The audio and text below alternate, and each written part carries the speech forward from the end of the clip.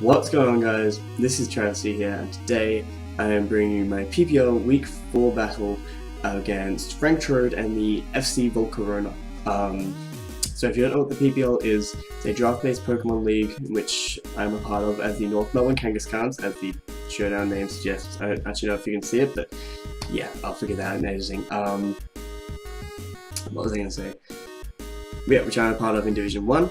You can go check out links in the description to the PPL channel and Twitter. They'll keep you updated on power rankings, weekly recaps, hopefully, stuff like that that'll be going on. You can also check out all the coaches links in the description. Managers, sorry, same thing. All the other managers in Division 1 who I will be competing against or have already competed against, so you can go check out their channels, see their battles, and also just what other content they upload. And the person I'm playing this week as well will be in there, Frank, really great YouTuber, highly recommend him. As I mentioned, my team builder, I've been following him for a very long time. Now, on the note of my team builder, if you want to see in more detail the team that I'm bringing, you can go check.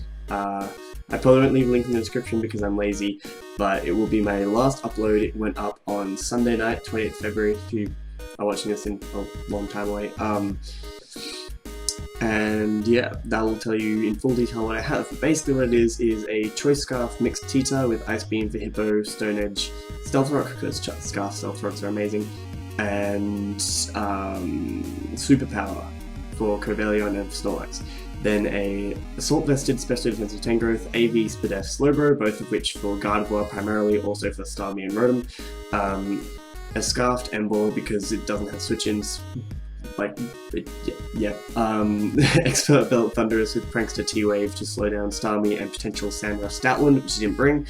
And then a Carmine Life Orb Latios to basically 6-0 his team if he didn't bring Snorlax.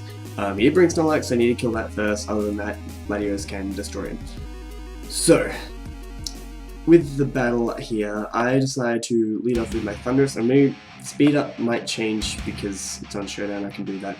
I'm going to start with normal. I decided to lead off with my Thunderous because I can Volt Switch on anything that has an Hippo, and I have Grass Knot which should Oko hit that. So I decided to just go for Grass Knot turn 1, no reason to overpredict. He goes into his Rotom, takes that Grass Knot like a champ, and here I decide I can take any hit this thing wants to throw at me. I'm just going to go for Sludge Bomb, scout his investment, and just get good damage off to make that thing less annoying, and it worked perfectly. So here it brings in his Starmie, and I switch out into my Slowbro as he doubles into Snorlax. So my guess is he was predicting the Scarfed Latios or something. I don't really know what. Here he goes back into the Rotom as I stubble out into my Emboar because I didn't want Snorlax setting up curses on me. Now, from Emboar, I go out into my Tangrowth, not wanting to take anything that Rotom goes on, he doubles that into Powder. So these doubles are working out for me, even though I'm not predicting correctly, which is fantastic. Here I just go for the Safe Leaf Storm. It does a good amount to this Rotom, brings it down low enough where a Poison Jab will take it out, except he reveals a Pain Slit, which I should have expected, honestly. Poison Jab does a very good amount, no poison, but you know, I don't really expect to get it. Does a very solid amount to this Rotom. I switch out here into my Thunderous, hoping he'll go for another Pain Slit, except he just goes for Volt Switch, so I get a lot of damage on Thunderous for nothing, which is unfortunate. And he goes back into Starmie, which I know will outspeed me, but I have my Slowbro, which is a very solid switch into this thing. Ice Beam does literally nothing. Freeze wouldn't matter because I can Scald Thor anyway. Here I just go for Shadow Ball, bring this thing right down to the low half, showing that I can do it, get it. He switches out into his Rotom, as I go for a Scald, predicting a switch potentially into the Snorlax, hoping for a burn. No burn, of course. Scald gets 100% burns against me last week. But anyway, not going to be too salty because obviously I get a bit lucky later. He goes for Volt Switch on my Tangrowth, gets a little bit of momentum, except he goes in Cobalion, which I don't think can touch me. So I stay in here, I think. No, I do switch. I switch into my Slowbro because it deals with Cobalions ever so slightly better. And then he doubles out into Rotom, predicting that, I guess, and I go back into my Tangrowth and he goes for Volt Switch. Again, he's sort of gaining momentum, really all he's getting to that 6% on Rotom because like it's a regenerator core, it just doesn't fucking die. Here I just stay in because I can take any hit. He goes to X-Scissor. I am uninvested in defense and that's a max attack Cobalion, that did nothing. I just go for Earthquake. Here I go for Poison Jab, expecting him to switch into the Rotom. He doesn't. And he goes for Metal Burst because he didn't realize that it wasn't negative priority. which a lot of people forget about Metal Burst, is if you're faster, you do actually go first.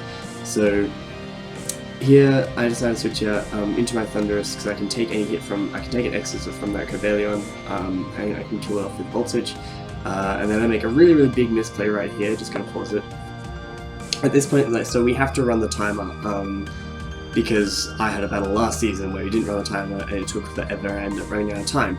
Like I had, an hour before I could battle and it just took too long. However, the problem with the showdown timer is if you take like a minute on your first turn, then it cuts down the time you have and does that progressively. So by this turn I was down to about 30 seconds or less, and I'm trying to run calcs, see what's going on. So at this point, this part of what my live comm got really terrible is I was going, shit, I'm pretty much out of time for this turn. So I basically went, he has to go for Ice Beam, switch in Tito, take Ice Beam, then kill it. And that cost me my Tyranitar, which isn't great. They did then, like, I didn't say anything about it because I was like, alright, I just need to play faster, I need to get back into this.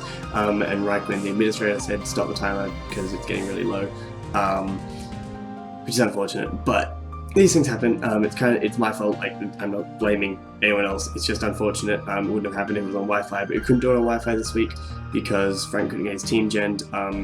Speaking of genning, I actually didn't mention this at the start of the video and I should have. There's also a link in the description to at Crisp1N or Skypebot on Twitter who did gen my team even though they couldn't battle on Wi-Fi.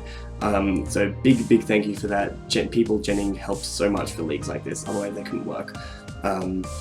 Yeah, and unfortunately we aren't showdown this week because Frank couldn't get his team gen. I think he changed some things last minute or something like that, which meant he couldn't gen the team. So yeah, I lose my Tyranitar straight off the bat. Because this is an Analytic Starmie, and I believe it's max special attack timid, probably expert belt as well, and yeah, I'm a naive nature, so that's just gonna fuck up Tito every time. And yeah, that was a really horrible switch. I shouldn't have made it, but I did. So we're just gonna forget about that and get into the battle, right? Yeah.